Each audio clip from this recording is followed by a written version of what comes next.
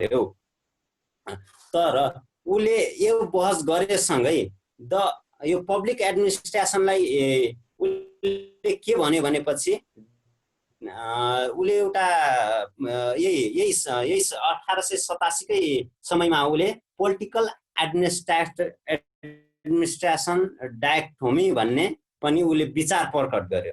यो political administration डायक्टोमी भनेको के हो भनेपछि पोलिटिक्स र एडमिनिस्ट्रेसन भन्ने कुरा एकदमै फरक कुरा हुन्। पोलिटिक्स छुट्टै कुरा हो अनि प्रशासन छुट्टै कुरा हो भनेर उले छुट्याउन खोज्यो। यो अलग अलग हुन्, यिनीहरूलाई एउटैमा मिलाउनु हुन्न भनेर छुट्यायो। पोलिटिक्स भनेको पोलिसी फर्मेसनको काम गर्छ भनेपछि त्यही पोलिसी हाम्रो यो एडमिनिस्ट्रेसनले चाहिँ एक्जिक्युसन गर्ने काम गर्छ भनेर यो त्यही भएर यो पोलिटिक्स एडमिनिस्ट्रेसन डायक्टोमी भनेर यो विचार प्रकट गर्यो। कसले गर्यो त? यो वुड्रो विल्सनले गर्यो। त्यस पछाडि हामी जान्छौँ पोलिटिकल एडमिनिस्ट्रेसन डायक्टोमी भनेको यो फेज भनेको 1887 देखि 1926 सम्म यसको यो बहस नै चलिराख्यो भन्नु पर्यो। 1887 देखि सुरु भयो जब उसले जन्म दियो पब्लिक एडमिनिस्ट्रेसनको। त्यस पछाडि 1926 सम्म नै यसको यो बहस चलिराख्यो। यो दुईटा फरक क्षेत्र हुन्, फरक विधा हुन् भनेर बहस चलिराख्यो है। सुनिरहनु भएको छ? सुनिरहेको छु शिवजी, भन्नु न। ल ठिक छ, एकदमै सुनिरहेको छ। ल ठिक छ सर। अनि यो भन्नाले पोलिटिक्स र एडमिनिस्ट्रेसन एकदमै फरक कुरा कसरी भयो भन्ने कन्टेक्स्टमा त्यही वुड्रो विल्सनले भनेको छन्। उले भनेको चाहिँ के भनेको छ भनेपछि एउटा it is harder to run a constitution than to frame one रे। It is harder to run a constitution than to frame one.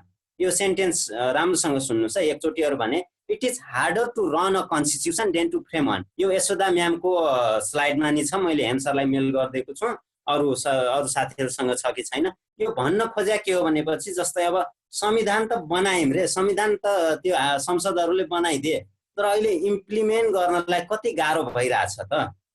त्यही भएर यो इम्प्लिमेन्टेसन फरक पाटो र फर्मेसन फरक पाटो हो भनेर कसले भन्यो त? यो हाम्रो वुड्रो विल्सनले भन्यो। त्यही भएर यो पोलिटिकल एडमिनिस्ट्रेसन डायक्टोमी आएको हो भन्ने उले विचार भन्यो। अब पुरै गरौँ भनेपछि पोलिटिकल एडमिनिस्ट्रेसन डायक्टोमीमा नै जस्तै अब पोलिसी फर्मेसन गर्नेले भन्छन् आमाको नामबाट के भन्छन् नागरिकता पाइन्छ भनिदिन्छन्। तर आमाको नामबाट नागरिकता दिन प्रमुख जिल्ला अधिकारी सिडिओहरूलाई इलाका प्रशासन कार्यालयहरूमा जाँदाखेरि अझै पनि धेरै गाह्रो हुन्छ भन्ने मैले सुनेको छु र यो व्यवहारमा छ पनि रे है। यो अहिले हामी बहस गरौँला यसको बारेमा, पोलिटिकल एडमिनिस्ट्रेटिभ डायक्टोमी र यो खास एक्चुअल प्र्याक्टिसमा के भइरहेछ भनेर। र यो त्यही भन्न खोजेको पोलिसी फर्मेसन गर्न सजिलो छ तर एक्जिक्युसन गर्न चाहिँ गाह्रो छ। त्यही भएर एडमिनिस्ट्रेसन फरक र पोलिटिक्स भन्ने कुरा फरक हो भन्ने कुरा उ गर्यो हैन। यो वुड्रो विल्सनको विचार हो। वुड्रो विल्सनसँग अहिलेसम्म मैले वुड्रो विल्सनको विचार प्रकट गरेँ। तर रिचार्ड जे स्टिलम्यान भन्ने एकजना विद्वानले के भने भनेपछि वुड्रो विल्सनले जर्मनको लिटरेचर भन्नाले यो कुनै पनि आर्टिकल एस्से बुकहरूलाई चाहिँ लिटरेचर एज अ रिसर्चमा लिटरेचर भनिन्छ है सरहरू। लिटरेचर भनेको त्यो कुनै पनि आर्टिकल एस्से हो अनि बुक्सहरूमा भएको कुनै पनि पब्लिक भएको उसलाई चाहिँ यहाँ लिटरेचर भन्छ। त्यही भएर यो रिचार्ड जे स्टिलम्यानले चाहिँ के भन्यो भनेपछि चाहिँ वुड्रो विल्सनले जर्मन लिटरेचरहरू पढेर मात्र यो पोलिटिक्स र एडमिनिस्ट्रेसन डायक्टोमी भनेको हो, उहाँले खासै डिटेलमा गएर उ गर्नु भएन भन्यो हैन। However dichotomy has paved the way for the study of evolution भन्यो।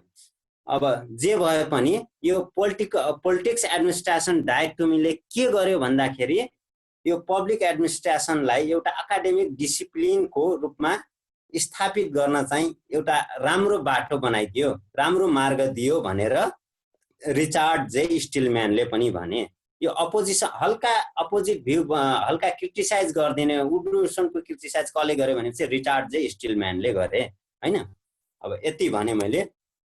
अब राइज अफ अब जब यो अब सुरु त 1887 मा भयो हैन, तर यो अब 1887 देखि लिएर 1926 सम्म आउँदाखेरि पनि यो एज अ इन्डिपेन्डेन्ट भएको थिएन, इन्डिपेन्डेन्ट डिसिप्लिनको रूपमा एकदम हाइली इस्टाब्लिस भएको थिएन। त्यो त 1887 मा बीजारोपण मात्र भयो।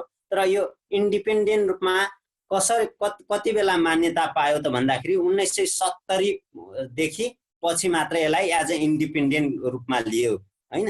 यसमा यो एज अ इन्डिपेन्डेन्ट रूपमा लिँदाखेरि के कुरा मिक्स गर्यो, के कुरा मिक्स गर्यो भनेपछि यसमा पोलिटिक्स एन्ड एडमिनिस्ट्रेसन गरियो, इकोनोमिक्स एडमिनिस्ट्रेसन गरियो, अनि अर्गनाइजेसन थ्योरी एन्ड एडमिनिस्ट्रेसन गरियो। एडमिनिस्ट्रेसनमा पोलिटिक्सलाई पनि इन्क्लुड गरियो, इकोनोमिक्स पनि भोल्युम एकदम हाई छ सरहरु।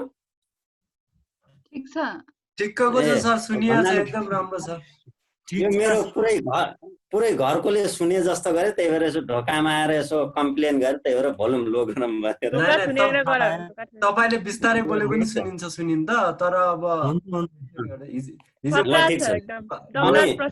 राम्रो छ, राम्रो भाइ बहिनीले अलि कम्प्लेन गरेछ। अनि यो rise of public administration as a independent कसरी इन्डिपेन्डेन्ट डिसिप्लिनको रूपमा कसरी इस्टाब्लिस भयो भन्ने मैले अहिले भनिरहेको छु।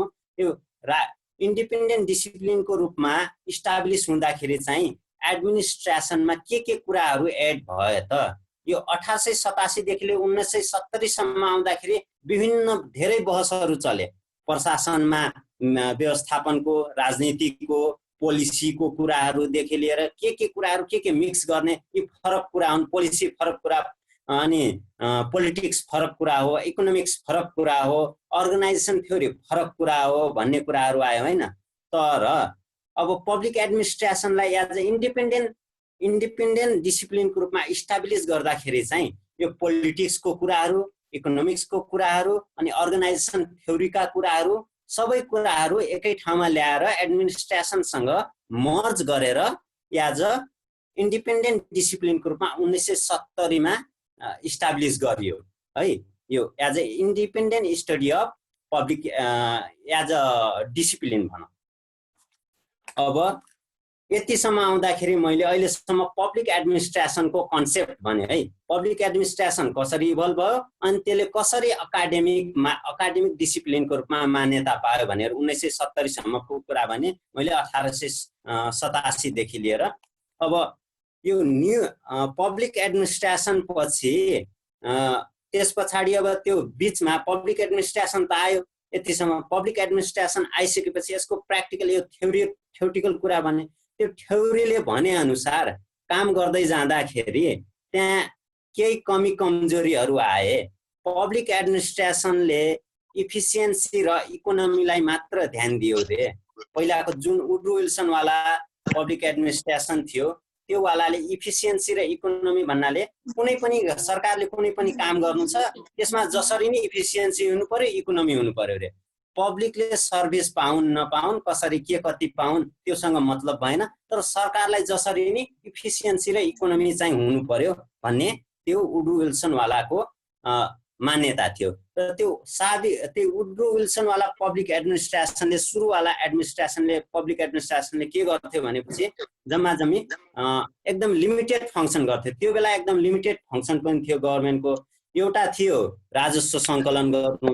अब सरकार सञ्चालन गर्न, देश सञ्चालन गर्नलाई त जसरी नि राजस्व सङ्कलन गर्नु पर्यो, अनि त्यस पछाडि राजस्व सङ्कलन गर्ने अनि सर्भिस प्रोभाइड गर्ने, अर्को चाहिँ शान्ति सुरक्षा कायम गर्ने देशमा।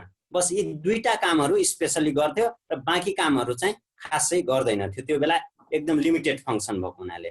अनि त्यस पब्लिक एडमिनिस्ट्रेसनले यो कार्यहरू गर्दाखेरि, अनि त्यस पुरानो पब्लिक एडमिनिस्ट्रेसनले यो कार्य गर्दै गर्दाखेरि समय अगाडि बढ्यो। समय अगाडि बढिसके पछाडि त्यो समयमा चाहिँ पब्लिकको डिमान्डहरू बढ्न लाग्यो, सोसिएटल प्रब्लमहरू बढ्न लागे, इकोनोमिक क्राइसिसहरू हुन थाल्यो। त्यो समयको डिफ्रेन्स भइसके पछाडि अब पब्लिक एडमिनिस्ट्रेसनमा नयाँ मान्यताको खोजी हुन थाल्यो। हो, त्यही नयाँ मान्यताको खोजी हुँदाखेरि पुरानो पब्लिक एडमिनिस्ट्रेसनमा न्यू पब्लिक एडमिनिस्ट्रेसन भनेर न्यू पब्लिक एडमिनिस्ट्रेसन भनेर मान्यता आयो है। अब न्यू पब्लिक एडमिनिस्ट्रेसन चाहिँ कति बेला आयो भन्दाखेरि 1960 को दशकतिर, 1960 स्पेसली 1960 मा खासमा अमेरिकन सोसाइटीमा के प्रब्लम क्रिएट भयो भन्दा अमेरिकन सोसाइटीमा भियतनाम वारको कारणले पपुलेसन ग्रोथ अफ पपुलेसन भयो, अनि त्यस पछाडि इकोनोमिक क्राइसिस भयो, सोसिएटल प्रब्लम भयो हैन। यिनै कारणहरु यिनी प्रब्लमहरुलाई सल्भ गर्नलाई नै न्यू पब्लिक एडमिनिस्ट्रेसनको त्यो बेला मान्यता आयो। अनि यो न्यू पब्लिक एडमिनिस्ट्रेसनको जन्म दिनमा चाहिँ यो हाम्रो एउटा बुक पब्लिश गरेका छन्, towards a new public administration the book perspective edited by Frank Martini भनेको छ 1971 मा। अस्ति न हामीले यशोदा म्यामले प्रेजेन्ट गर्दा पनि मिनी ग्रुप कन्फरेन्स भन्नुभएको थियो हो। यो मिनी ग्रुप कन्फरेन्सले नै न्यू पब्लिक एडमिनिस्ट्रेसनको जन्म दिनमा एकदमै गहन भूमिका खेलेको छ। यो न्यू पब्लिक एडमिनिस्ट्रेसन भनेको अमेरिकामा भएको कन्फरेन्स हो। यसले चाहिँ अमेरिकन सोसाइटीमा अमेरिकन एडमिनिस्ट्रेसनमा भएको त्यो एडमिनिस्ट्रेटिभ प्रब्लम सल्भ गर्नलाई नै यो मिनी ग्रुप कन्फरेन्स भयो र न्यू पब्लिक एडमिनिस्ट्रेसन आएको हो हैन। अब न्यू पब्लिक एडमिनिस्ट्रेसनले चाहिँ कस्तो कुरालाई फोकस गर्छ भनेपछि sensitive and concern for societal problems. यसले स्पेसली त्यही सोसाइटीमा समाजमा भएको समस्यालाई मात्र स्पेसली खासै एकदमै ब्रोड कन्सेप्ट होइन यो न्यू पब्लिक एडमिनिस्ट्रेसन। सामान्य त्यो पुरानो पब्लिक एडमिनिस्ट्रेसनको सामान्य त्यो हेराइमा चेन्ज गर्यो, सामान्य हेराइमा मात्र चेन्ज गर्यो। यसले specially relevance, value, social equity and चेन्जलाई फोकस गर्यो। जस्तै रिलेभेन्स भन्नाले अब समय सापेक्ष इकोनोमी एन्ड इफिसियन्सीलाई मात्र ध्यान दिएर भएन। समय सापेक्ष सबै कुराहरूलाई समाजमा भएको सामाजिक जति पनि प्रब्लमहरू छन्, समस्याहरू छन्, त्यो कुराहरूलाई ध्यान दिएर राम्रोसँग सल्भ गर्नु पर्यो भनेर यसले रिलिभेन्ट रूपमा सल्भ गर्नु पर्यो भनेर भन्यो। एउटा भ्यालु हैन रिलिभेन्स भन्ने। अनि भ्यालु भन्ने कुरा के गर्यो पहिला त्यो बेला चाहिँ के गर्थ्यो भने चाहिँ एउटा चाहिँ भ्यालु हो। त्यो भ्यालु चाहिँ कसरी दिन्थ्यो भने सबैलाई बराबर रूपमा हेर्ने के, सुविधा पनि सबैलाई बराबर रूपमा दिने गर्थ्यो। इक्वालिटी थियो, इक्वालिटीको रूपमा प्रोभाइड गर्थ्यो, तर इक्विटीको रूपमा प्रोभाइड गरेन। सबैलाई भ्यालु बराबर दिएर हुँदैन। त्यो लेभल हेरेर कोही गरिब कोही धनी के कस्तो छन् त्यो सबै हेरेर अवस्था हेरेर लेभल हेरेर भ्यालु दिनु पर्यो भन्ने मान्यताको वकालत गर्छ यसले है। अनि अर्को चाहिँ सोशल इक्विटी। अब समाजमा सामाजिक न्याय भन्नु पर्यो, सोशल इक्विटी सामाजिक समता भन्नु पर्यो।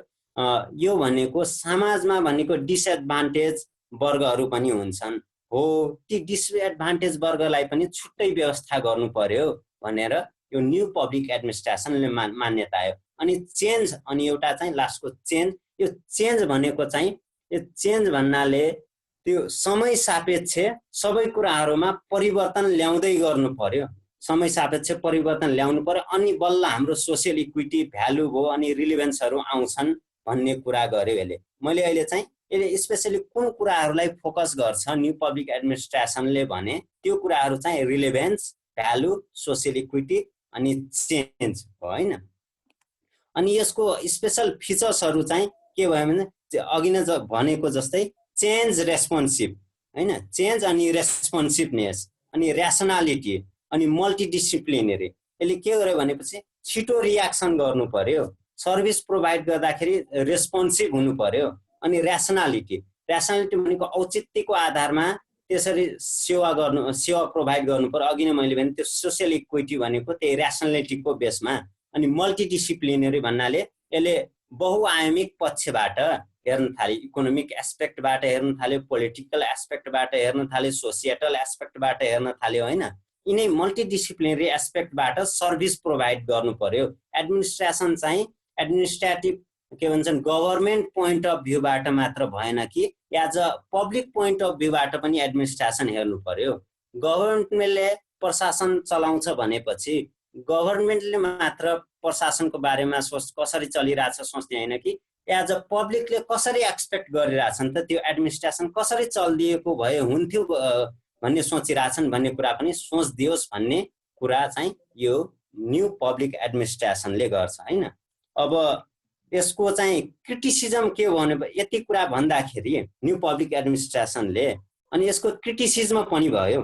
यसले के भन्यो भनेपछि यसले सामान्य दृष्टिकोणमा मात्र परिवर्तन गरेको हो, यसको खास कुरोमा त खासै परिवर्तन आएन। यो न्यू पब्लिक एडमिनिस्ट्रेसनले खासै नयाँ कुरा केही पनि भनेन, सामान्य एउटा दृष्टिकोण मात्र परिवर्तन गरिदियो।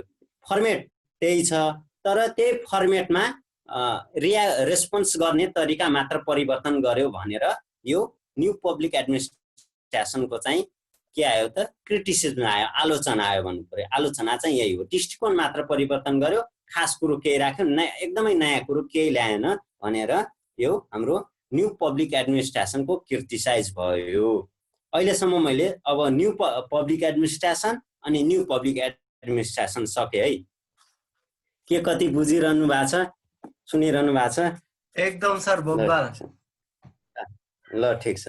अब मैले अहिलेसम्म न्यू पब्लिक एडमिनिस्ट्रेसन भने अब न्यू पब्लिक एडमिनिस्ट्रेसन पछि फेरि प्रशासनको एउटा नयाँ आयाम आयो, त्यो भनेको न्यू पब्लिक म्यानेजमेन्ट भन्छ है, नयाँ सार्वजनिक व्यवस्थापन।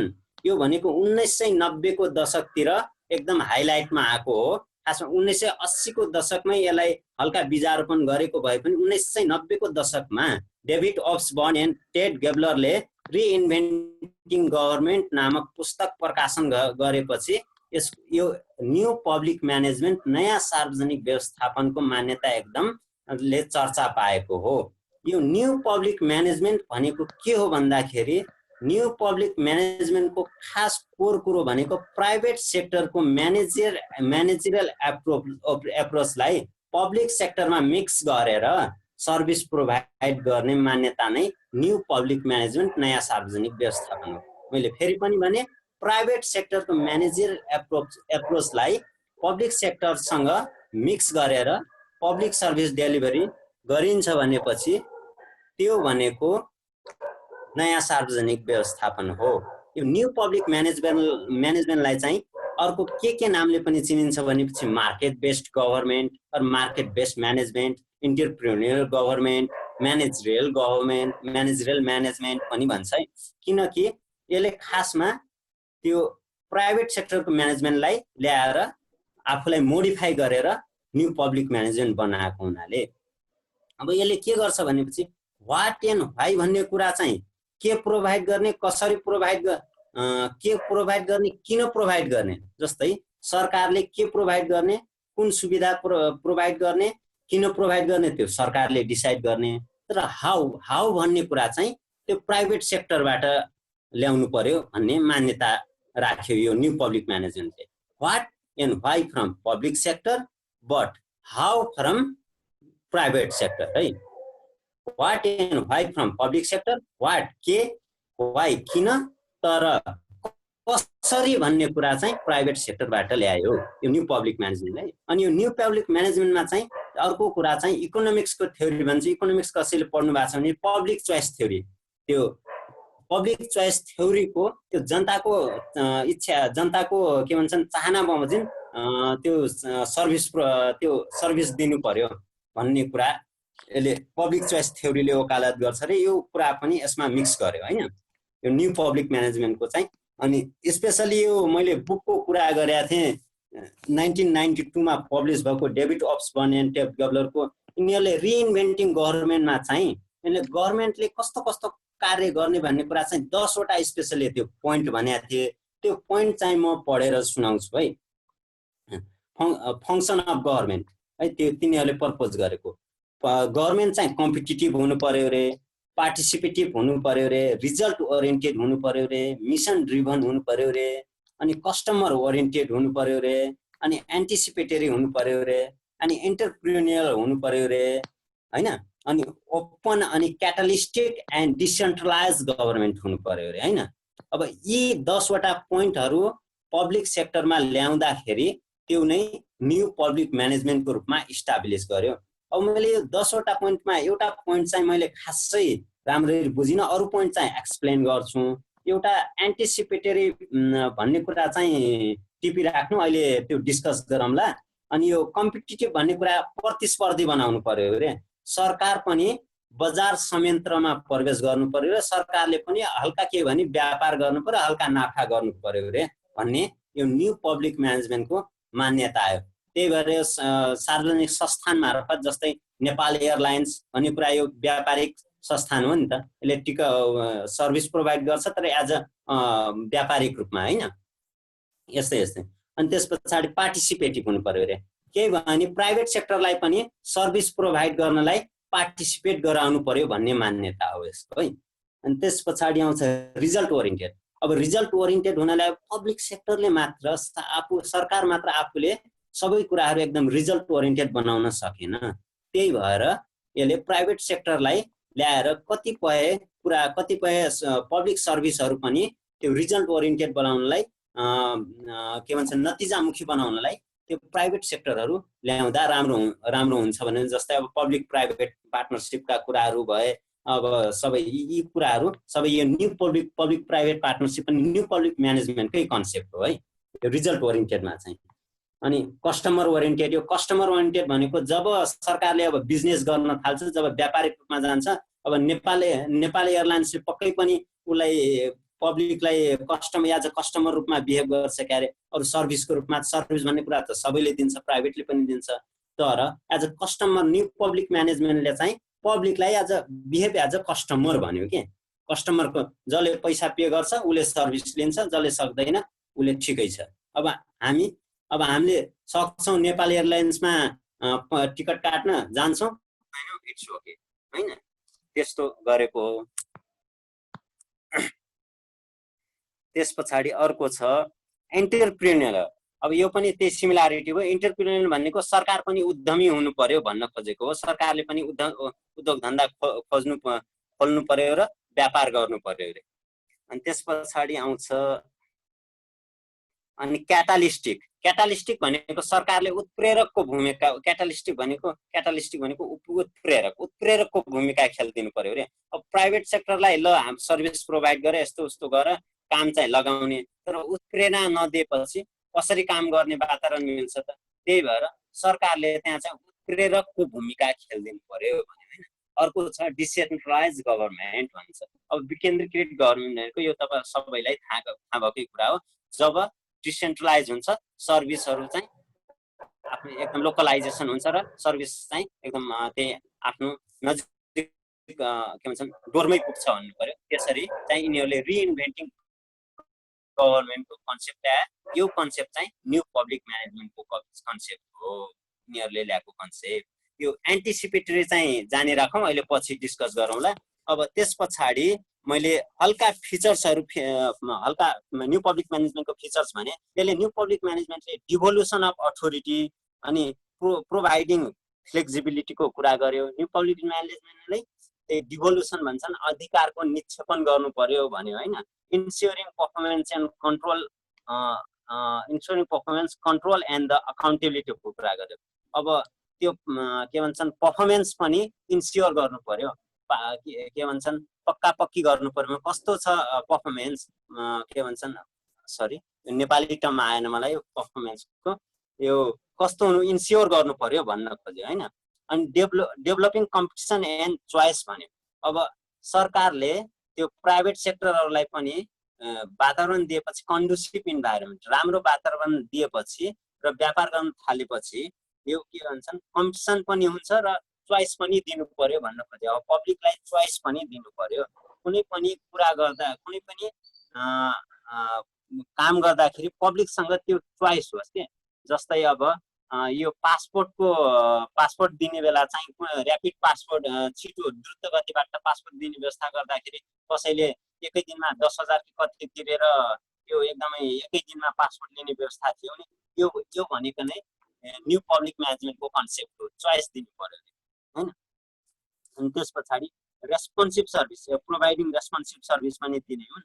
Improving the management of human resource, अनि मानवीय यो ह्युमन रिसोर्सको पनि, यो ह्युमन रिसोर्सको कन्सेप्ट पनि यसलाई इम्प्रुभ गर्नु पर्यो। यो हाम्रो के भन्छन् मानव स्रोत व्यवस्थापनलाई पनि अलि उ गर्नु पर्यो अप्टिमाइजिङ द आईसीटी रे अनि यो इन्फर्मेसन कम्युनिकेसन टेक्नोलोजीलाई पनि अत्यधिक प्रयोग गर्नु पर्यो है यसको यो फिचर्स न्यू पब्लिक म्यानेजमेन्टको अनि क्वालिटी रेगुलेसन अब ल ठीक छ प्राइभेट सेक्टरलाई त काम गर्न दियो तर प्राइभेट सेक्टरले सर्भिस प्रोभाइड गर्दाखेरि त्यसको क्वालिटी भएन भने के गर्ने त त्यही भएर त्यो क्वालिटी चाहिँ गभर्नमेन्टले रेगुलेट गर्नु पर्यो भन्यो हैन त्यो रेगुलेसन चाहिँ हुनु पर्यो भन्यो त्यही भएर रेगुलेसन अफ क्वालिटी रेगुलेसन भन्छ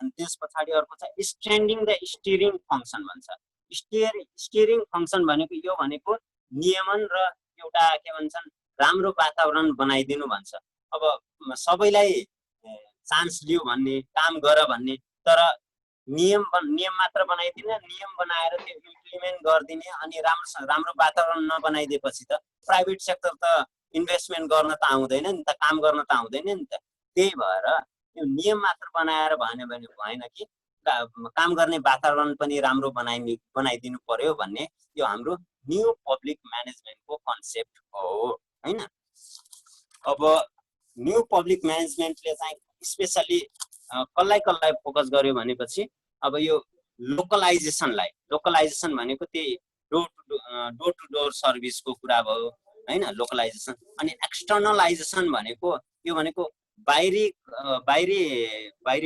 प्राइभेट सेक्टर र बाहिरी एनजिओ आइएनजिओ अनि सिभिल सोसाइटी यी सबैहरूलाई यो पब्लिक सेक्टरको पब्लिक सर्भिसमा इन्भल्भ गराएर सर्भिस प्रोभाइड गर्नु पर्यो भनेको जस्तै अब यो रोडको कन्ट्र्याक्टहरूदेखि लिएर अब विभिन्न सरकारका कामहरू कन्ट्र्याक्ट मार्फत प्राइभेट सेक्टरले गर्छ नि यो भनेको नै न्यू पब्लिक म्यानेजमेन्टकै यो कन्सेप्ट हो यो भनेको कन्ट्र्याक्टिङ आउट भन्छ हैन यो एक्सटर्नलाइजेसन अन्तर्गत पर्छ अनि डिब्युरोक्रेटाइजेसन भन्छ हैन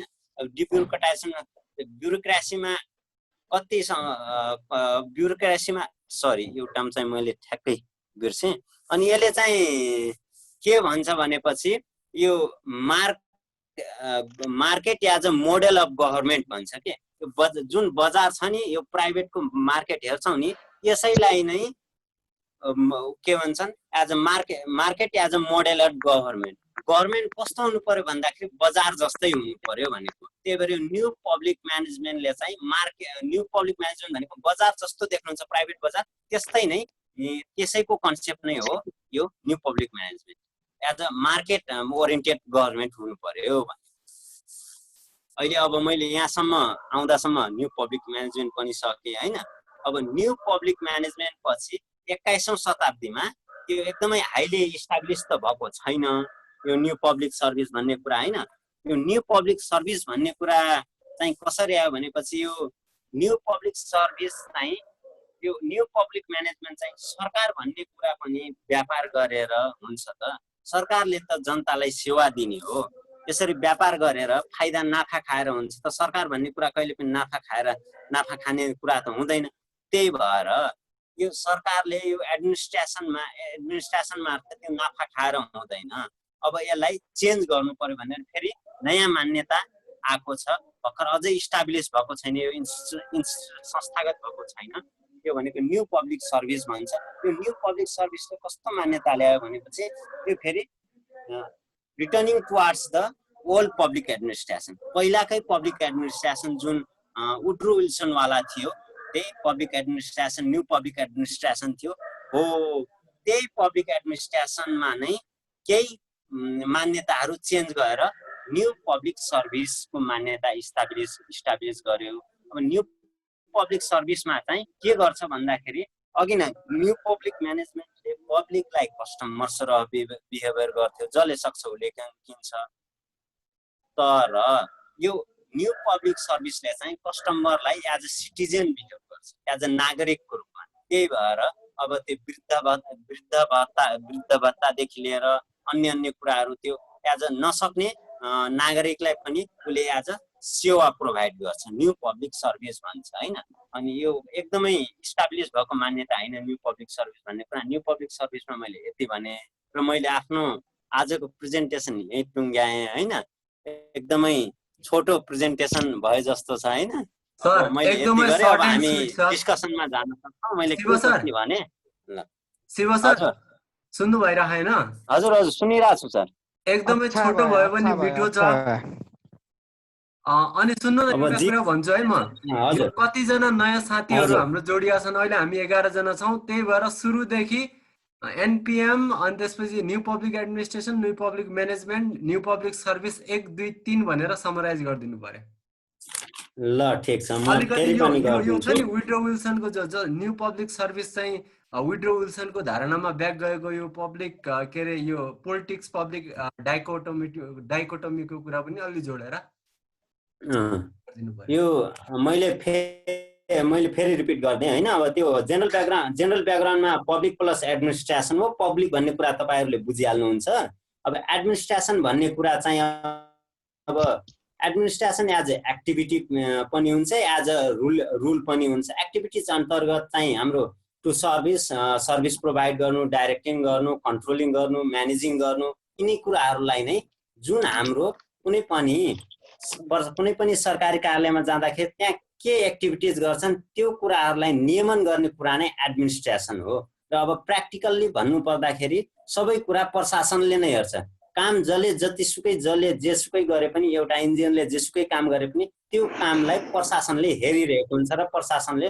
सबै कुरा नियमन गरिरहेको हुन्छ त्यही भएर एडमिनिस्ट्रेसन भनेको to serve direct control manage देखि लिएर अन्य एकदम व्यापक कुराहरूलाई समेट्छ अनि इन्स्टिट्युसनल ब्याकग्राउन्डको हिसाबले चाहिँ अब संस्थागत ब्याकग्राउन्ड भन्नुपर्छ यसलाई संस्थागत इन्स्टिट्युसन भनेको पब्लिक एडमिनिस्ट्रेसन हुन्छ प्राइभेट एडमिनिस्ट्रेसन हुन्छ हैन यो भनेको हामी अब प्राइभेट एडमिनिस्ट्रेसनमा छैनौँ अहिले अनि यस पछाडि इभोल्युसन अफ पब्लिक एडमिनिस्ट्रेसन कसरी भयो भन्दाखेरि अब इभोल्युसन भन्नाले अब एज अ ह्युमन सिभिलाइजेसन सँगै भएको इभोल्युसन त खासमा एज एन एक्टिभिटी हाम्रो प्रत्येकको घरमा पनि एडमिनिस्ट्रेसन हुन्छ बुवा आमाले प्रशासन चलाउनुहुन्छ बुवाले आमाले कसले के गर्ने छोराछोरीले के कति पढ्ने कति पैसा लिने कहाँ खर्च गर्ने त्यो सबै कुरा एडमिनिस्ट्रेसन अन्तर्गत नै पर्छ हैन त्यो पहिलेदेखि चल्दै आएको हो तर अहिले हामी as a masters in public administration गरिरहेछौँ यो पब्लिक एडमिनिस्ट्रेसनको अध्ययनको कार्य चाहिँ कहिलेदेखि हाम्रो अध्ययनको कार्य चाहिँ कहिलेदेखि सुरु भएको हो त यो कसरी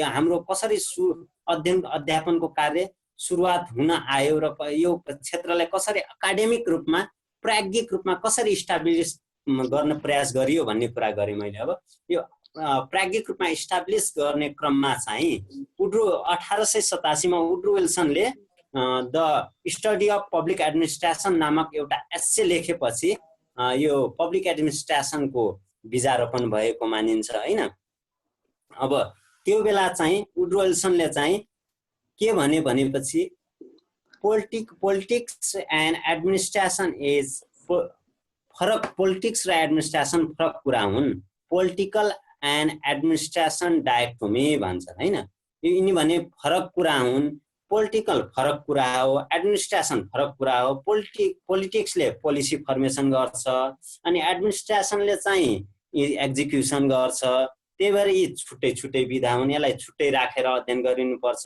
एडमिनिस्ट्रेसनलाई छुट्टै राखेर अध्ययन गरिनुपर्छ अनि हैन अब यही कन्टेक्स्टमा तिमीले एउटा लाइन भनेको चाहिँ it is harder to run a constitution than to frame one भनेको छ है अब कन्स्टिट्युसन संविधान पालना गराउनु भन्दा पनि संविधान बनाउनु भन्दा पनि पालना गराउनु एकदमै गाह्रो छ भनेर त्यो हामी देखिराखेको छौँ हामी डिग्री पढ्ने स्टुडेन्ट नियम पालना गराउन कतिको गाह्रो छ भन्ने कुरा त्यो हामीलाई पनि थाहा छ त्यो हामी भोग्दै आएको कुरा पनि हो त्यही भएर पोलिटिक्सको रुल फर्मेसन काम सजिलो छ र एडमिनिस्ट्रेसनको एक्जिक्युसन काम हो जुन गाह्रो छ त्यही भएर यसलाई फरक रूपमा डायकोटोमी भनेको नितान्त अपोजिट कुरा भन्ने बुझाउँछ त्यही भएर यी दुईटा पोलिटिक्स र एडमिनिस्ट्रेसन फरक कुरा हुन् भन्ने कुरा गर्यो हैन अहिलेसम्म भर्खर विचारोपण भएको कुरा हो तर अब वुड्रो विल्सनले यस्तो भनेपछि अब यसको हल्का अपोजिटमा चाहिँ रिचार्ड जे स्टिलम्यानले चाहिँ वुड्रो विल्सनले सामान्य अध्ययन गरेर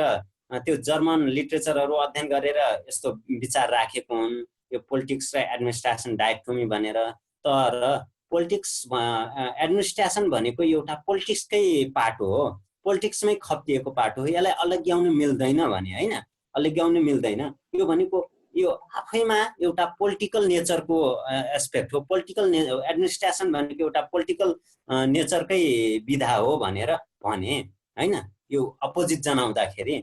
तर जे भए पनि यो पोलिटिकल एडमिनिस्ट्रेसन डायकोटोमीले चाहिँ के गर्यो भन्दाखेरि एउटा एकाडेमिक डिसिप्लिनको रूपमा विधागत रूपमा इस्टाब्लिस गराउनलाई एउटा गहन भूमिका खेल्यो भनेर रिचार्ड जे स्टिलम्यानले वुडरो विल्सनको अपोजिटमै बोले नि त्यो कुराहरू गरे। अनि यो के भन्छन् पब्लिक एडमिनिस्ट्रेसनलाई चाहिँ एज अ इन्डिपेन्डेन्ट डिसिप्लिनको रूपमा इस्टाब्लिस चाहिँ 1970 तिर भएको। यो 1970 मा एज अ इन्डिपेन्डेन्ट डिसिप्लिनको रूपमा इस्टाब्लिस हुँदाखेरि चाहिँ यो एडमिनिस्ट्रेसनमा चाहिँ के कुराहरू आएर सबै विद्वानहरूले सहमत गराएर ल यसलाई हामीले एज अ इन्डिपेन्डेन्ट डिसिप्लिनको रूपमा इस्टाब्लिस गराउँ भन्ने कुरा गरे भनेपछि के कुराहरू आयो भने चाहिँ पोलिटिक्सको कुराहरू पनि एडमिनिस्ट्रेसनमा आयो, इकोनोमिक्स एडमिनिस्ट्रेसनको कुराहरू पनि एडमिनिस्ट्रेसनमा आयो, अर्गनाइजेसनका थ्योरीका कुराहरू पनि एडमिनिस्ट्रेसनमा आयो। त्यही भएर त हामी पब्लिक फाइनान्स पनि पढ्छौँ, ह्युमन रिसोर्स म्यानेजमेन्ट पनि पढ्छौँ हैन।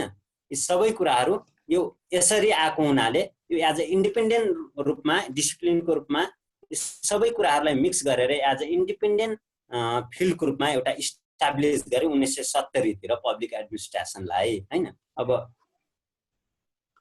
यसमा चाहिँ यस पछाडि पब्लिक एडमिनिस्ट्रेसनको इस्टाब्लिस त भयो अब अध्ययन गर्ने कार्यको रूपमा।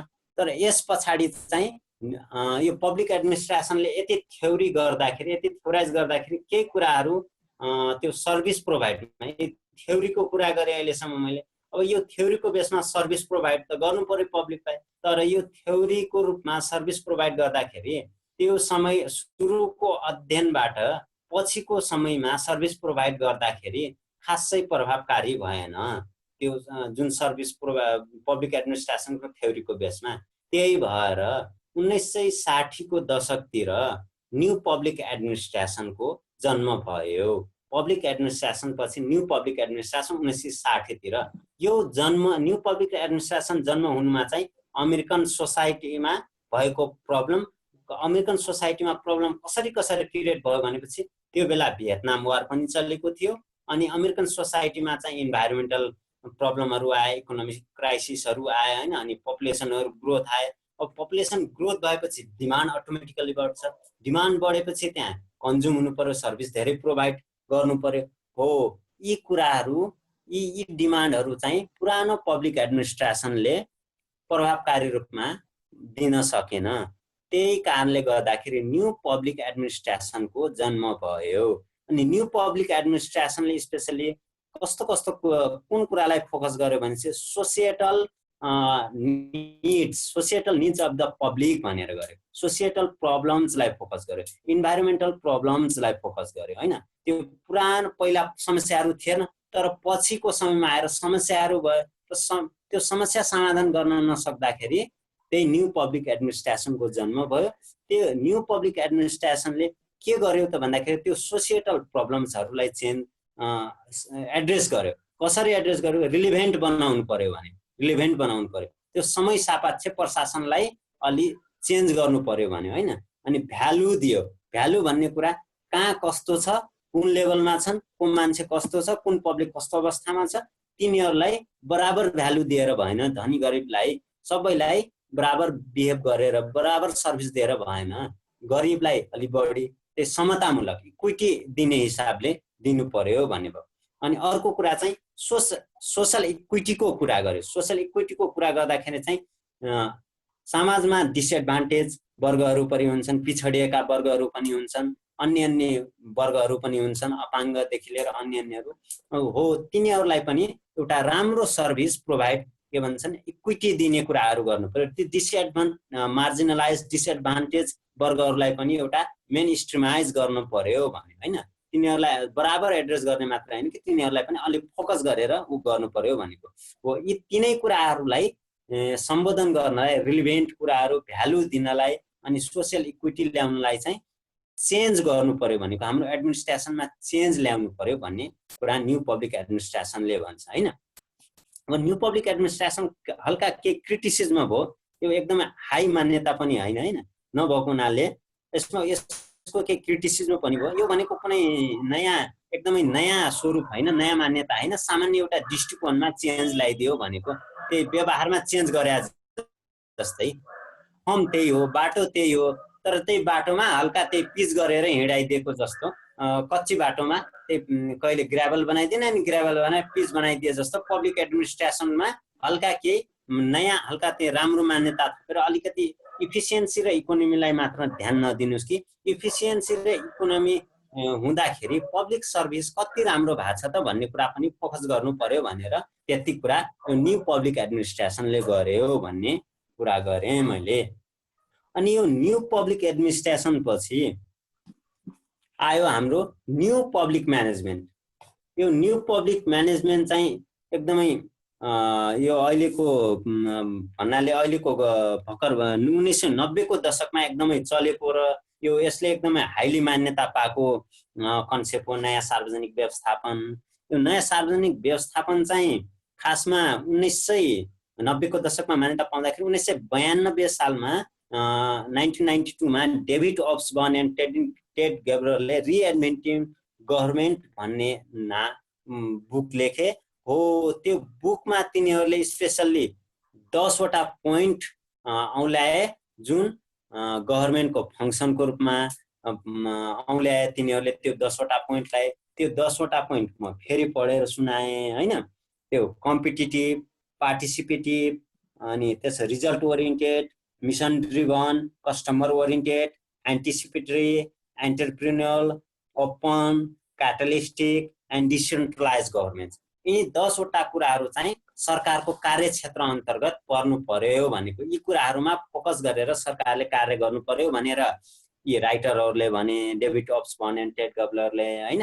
अनि यसको यो न्यू पब्लिक म्यानेजमेन्टको अर्को कुरा चाहिँ स्पेसली फोकस गर्नुपर्ने कुरा के हो भनेपछि यो प्राइभेट सेक्टरको म्यानेजमेन्ट टेक्निकलाई पब्लिक सेक्टरसँग एड गरेर सर्भिस प्रोभाइड गर्ने मान्यता हो। यसमा चाहिँ वाट र वाइ, के किन प्रोभाइड गर्ने भन्ने कुरा पब्लिक सेक्टरले डिसाइड गर्छ, हाउ कसरी प्रोभाइड गर्ने भन्ने कुरा चाहिँ प्राइभेट सेक्टरले डिसाइड गर्छ भन्ने कुरा हो। अनि यो न्यू पब्लिक म्यानेजमेन्टमा चाहिँ के हुन्छ भनेपछि प्राइभेट सेक्टरलाई अपर्च्युनिटी दिन्छ, प्राइभेट सेक्टरलाई काम गर्ने दिन्छ, तर के काम गर्ने भन्ने कुरा त्यही हाम्रो पब्लिक सेक्टर गभर्नमेन्टले डिसाइड गर्छ भनेको। अब यो के कामहरू पर्छन् जस्तै कन्ट्र्याक्टिङ, यो कन्ट्र्याक्टहरू दिने, ठेक्का दिनेदेखि लिएर कुरा प्राइभेट सेक्टरले जुन पब्लिक सेक्टरसँग एसोसिएसन गरेर जुन काम गर्छन् यो सबै कामहरू यो हाम्रो न्यू पब्लिक म्यानेजमेन्ट अन्तर्गत पर्छ। न्यू पब्लिक म्यानेजमेन्ट अन्तर्गत नै पब्लिक प्राइभेट पार्टनरसिप भन्छ। यी सबै कन्सेप्टहरू, यी सबै मान्यताहरू यही न्यू पब्लिक म्यानेजमेन्ट अन्तर्गत नै आएको हुन् होइन।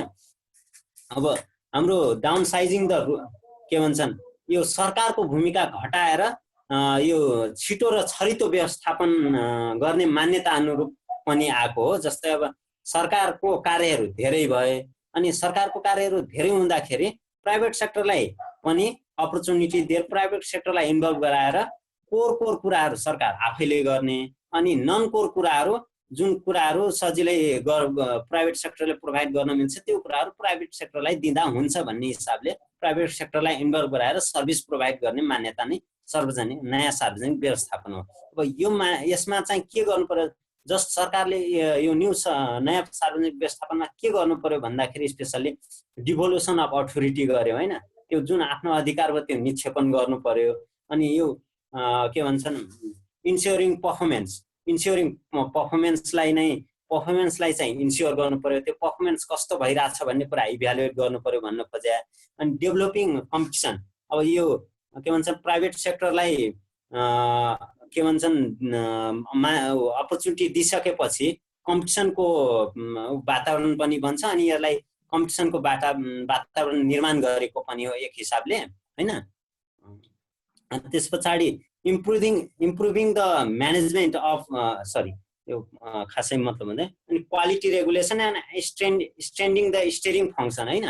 यो स्ट्यान्डिङ द स्टियरिङ फङ्सन भनेको चाहिँ के हो भनेपछि अब प्राइभेट सेक्टरलाई अपर्च्युनिटी दिइसकेपछि के नै छ र अब त्यसमा चाहिँ के गरिदिनु पर्यो भनेपछि खालि राम्रो नियमन गरिदिनु पर्यो, राम्रो वातावरण बनाइदिनु पर्यो भन्ने यो न्यू पब्लिक म्यानेजमेन्टले भन्यो होइन। अब यो यति भनिसक्दाखेरि न्यू पब्लिक म्यानेजमेन्ट स्पेसली लोकलाइजेसन, एक्सटर्नलाइजेसन, डिब्युरोक्रेटाइजेसन, अब यिनीहरूलाई अलि माइक्रो रूपमा एक्सप्लेन गर्दाखेरि सर्भिस चाहिँ के गराउनु पर्यो भन्दाखेरि त्यही पब्लिक सेक्टरकै जसरी चोइस हुन्छ पब्लिक चोइस अनुसार प्रोभाइड गरिदिनु पर्यो।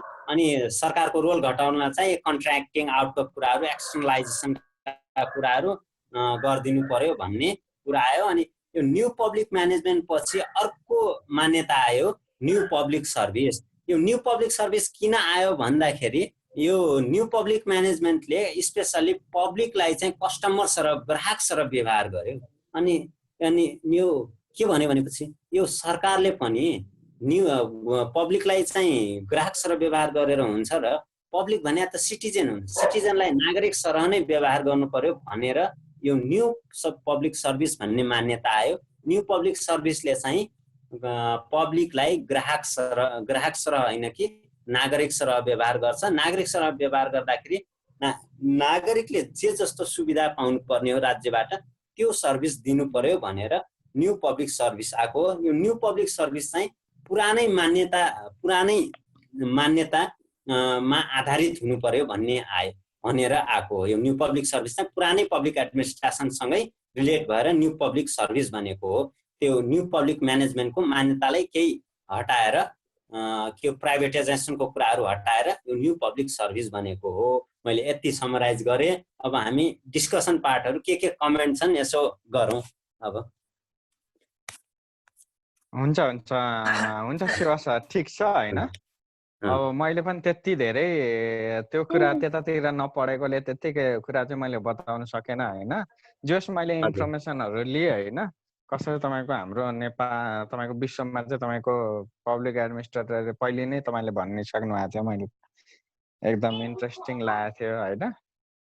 ठिक छ शिव सर, कसैलाई अब केही कुरामा अब केही कुरा छ भने सोध्दा हुन्छ। हाम्रो शिवजी एकदम तयार हुनुहुन्छ। म्युट अन गरेर अनम्युट गरेर क्वेसनहरू राखौँ होइन। कसैको क्वेसन छ भनेपछि त्यसपछि अरू लास्टमा केही डिस्कस गर्नुपर्ने कुरा जो एन्टिसिपेटरी भने के हो अलिकति मैले जानेको म भनौँला लास्टमा। खासै एकदमै क्लियर कन्सेप्ट चाहिँ खासै एकदमै दिए जस्तो लागेन। त्यही पनि क्वेसन गर्नुहोस्, म सकेसम्म बुझाउँला हैन। होइन सर, होइन एउटा कुरा तपाईँहरू सबैजनाले के एक्सेप्ट गर्नुहोस् भने हामीले क्लासको भन्दा राम्रो ध्यान दिएका छौँ, क्लासको भन्दा राम्रो तरिकाले बुझेका छौँ। म यही मान्यतामा हिँड्छु। एकदम डेफिनेटली क्वेसन छ भनेपछि रेज गर्न मजाले पाइयो है। मजाले क्वेसन रेज गर्नुहोस्। मैले एकदमै सकेसम्म राम्रैसँग गर्ने प्रयास गरौँला, ह्यान्डल गर्ने। हाम्रो राम्रो इफोर्ट लागिरहेछ शिव सर हैन। एकदम खुसी लागेको छ, एकदम राम्रै छ हैन। कसैले तपाईले अरूले गर्नुभयो भने पनि हैन शिव सरले दिनुहुन्छ हैन। अनि त्यसमा हामीले जोड्ने काम पनि गरिहाल्छु। विक्रमजी हुनुहुन्छ, म छु, अरू केशवजी हुनुहुन्छ, अरू साथीहरू हुनुहुन्छ हैन। त्यही त रिसोर्सको लागि केही चिन्ता मान्नु पर्दैन, हामीसँग भएको रिसोर्स एभाइलेबल गर्छौँ। अर्को कुरा जस्तै कसैले अब हिजो मैले स्लाइडबाट प्रेजेन्ट गरेँ, उहाँ शिव सरले आज ट्राई गर्नुभयो, टाइममा भ्याउनु भएन, तरै पनि बिना स्लाइड पनि कति मजाले प्रेजेन्ट गरिदिनु भयो। सबैले हामीले बुझ्यौँ। त्यही भएर तपाईँहरूले पनि आफ्नो कपीमा गरेर यसरी प्रेजेन्ट मजाले गर्न सकिन्छ। यो एउटा इक्जाम्पल पनि हो है अरूहरू प्रेजेन्ट गर्न खोज्नेहरूको लागि। धेरै राम्रो गर्नुभएको छ साथीहरूले, धेरै राम्रो गर्नुभएको रहेछ, खुसी लाग्यो हैन। सञ्जयजी बोल्नु भएको हो हैन? सञ्जयजी बोल्नु भएको? हजुर सञ्जय। अनि तपाईँ सञ्जयजी एउटा तपाईँलाई कुरा गरेको मैले हैन। तपाईँ लोकल बडीमा काम गरिसक्नु भएको मान्छे, अनि यसो एक दुईटा तपाईँको के अरे स्थानीय सेवा सञ्चालन ऐन 2074 यसो के छ एउटा यसो टाइम मिलाएर गर्नु न सर। हुन्छ म पनि एक दुईवटा कन्टेन्टमा चाहिँ गर्न तयार छु। हैन यस्तो हुन्छ के सञ्जयजी, तपाईँ हामी लोकल गभर्मेन्टमा काम गरिसकेको मान्छे हैन। लोकल बडीमा के हुन्छ भने तपाईँ हामीले चाहिँ यो कुरालाई चाहिँ एकदम तपाईँको एक्चुअलमा तपाईँ व्यवहारिक रूप भएको हुन्छ हैन। तपाईँले अनि एक्सप्लेन गर्दा पनि सजिलो हुन्छ के। हुन्छ प्रशासनिक कुरादेखि लिएर त्यो स्थानीय लेभलमा लोकल लेभलमा त्यो चाहिँ म ट्राई गर्नुमा त्यसको लागि अनि हुन्छ अब हुन्छ हामी त्यसमा सपोर्ट गरिहाल्छौँ नि सर। हाम्रो विक्रमजी हुनुहुन्छ, शिव सर हुनुहुन्छ, केशव सर हुनुहुन्छ, म छु, अरू साथीहरू पनि हुनुहुन्छ। हाम्रो साथीहरू चाहिँ लब भन्नाले सबै कुरामा पर्फेक्ट भएको साथीहरू नै भएको कारणले गर्दा केही सिक्न पाइन्छ, केही दिन पाइन्छ होइन। त्यो भएर खुसी लागेको छ। खासै अब त्यो कमी कमजोरी हुँदैमा एउटा चाहिँ कमजोरै भइहाल्ने अवस्था चाहिँ छैन। राम्रै छ, त्यो खुसी लाग्यो मलाई धेरै। शिवजीले गर्नुभएको प्रेजेन्टेसन एकदम बेस्ट लाग्यो। योभन्दा अगाडि चाहिँ मैले विक्रम सरको सुन्न पाएन, म बिजी भएँ, बाहिर भएँ। त्यसपछि अनि हजुरको पनि, भिएम सरको पनि सुनेँ मैले, त्यो पनि धेरै राम्रो लाग्यो। अनि त्यही हो, अझै पनि राम्रै हुँदै जानेछ। अझै साथीहरू पनि पार्टिसिपेट बनाउनु पर्यो अझै। लगभग हामी कति त्यही हो 7 जना सर, 8 जना। त्यही हो सञ्जय सर। जस्तो हामीबाट स्टेप बाई स्टेप जाँदाखेरि पहिलो दिनको कमी कमजोरीलाई हटाउँदै हामीहरू होइन अझ स्पष्ट तरिकाले अझ बुझाउने किसिमले होइन अगाडि जाँदै गर्छौँ। हामीले त्यसलाई चाहिँ यो जुमलाई चाहिँ हामीले चाहिँ अब तपाईँको साथीहरू 2-4 जनासँग सल्लाह हुँदैछ मेरो पनि ब्युरोक्रेट्समा। त्यो भयो भने म पनि त्यो अनलाइन लाइभमा पनि सेयर गरेर उनीहरूलाई पनि इन्भाइट गर्ने कोसिस गरौँला। अझ उनीहरूसँग पनि राम्रो उयो आउँछ, किनभने क्वाइरीहरू आएपछि अझ सजिलो हुन्छ कि। किनभने डिस्कसन भनेको तपाईँको दोहोरो भयो भने एकदम इफेक्टिभ हो कि। धेरै राम्रो, धेरै राम्रो। हो सर, अनि हामीले एकदमै सब्जेक्टिभ कन्टेन्टहरूलाई पनि छोएर टक्क तरिकाले गर्न पर्यो। अलिकति भन्नाले हामीलाई इक्जाम्पल के अरे इक्जाममा पनि सजिलो, त्यसपछि एसाइनमेन्ट बनाउन पनि सजिलो, एउटा भोलि बिहान अफिसरको लागि जब बसाल्न पनि एकदम सजिलो हुन्छ। त्यही गरेर त्यही तरिकाले हामी चाहिँ गइरहेछौँ भनौँ। अझै पनि प्रयास गरौँ। आज प्रशासनिक निकायको गर्नुभयो, जे होस् हामीलाई धेरै काम लाग्ने कुरा गर्नुभएको छ। शिव सरले पनि ब्याकग्राउन्ड चाहिँ खुलाउनु भएको रहेछ। मैले मोटामोटी लास्टमा आएर सुने पनि त धेरै राम्रो लाग्यो कि। अगाडि त म भर्खरै जोइन भएको, समराइज गर्दाखेरि त्यो पछि समराइज सुन्न पाइयो, खुसी लाग्यो। ठिकै छ सर, म लोकल गभर्नेन्सको बारेमा म केही राखौँला। त्यसको लागि म अलिकति चासो पनि बढी लाग्छ त्यसको बारेमा। अब होइन यस्तो हुन्छ, लोकल बडीमा काम गर्नु भएको मान्छे होइन हामीले पास गरेर आउँदाखेरि लोकल बडीको बारेमा हामीले स्थानीय सेवा सञ्चालन ऐन 2056 पढेर तपाईँको 74 पढेर आएको मान्छे होइन। हामीहरूले बुझाउँदाखेरि सबै कुरा थाहा नभए पनि तपाईँले प्रिपेरेसन गर्दाखेरि तपाईँको विक्रमजीसँग कोही क्वाइरी आउला, केशवजीसँग आउँछ होइन। यसरी पनि तपाईँ हामीलाई चाहिँ एकदम सहयोग हुन्छ। कुनै कुरा तपाईँले भन्दाखेरि छुटाउनु भएको छ भने पनि त्यो हाम्रो साथीबाट एड भइहाल्छ के। भइहाल्छ। त्यही हो, झन् फराकिलो दिमाग हुन्छ, सजिलो हुन्छ।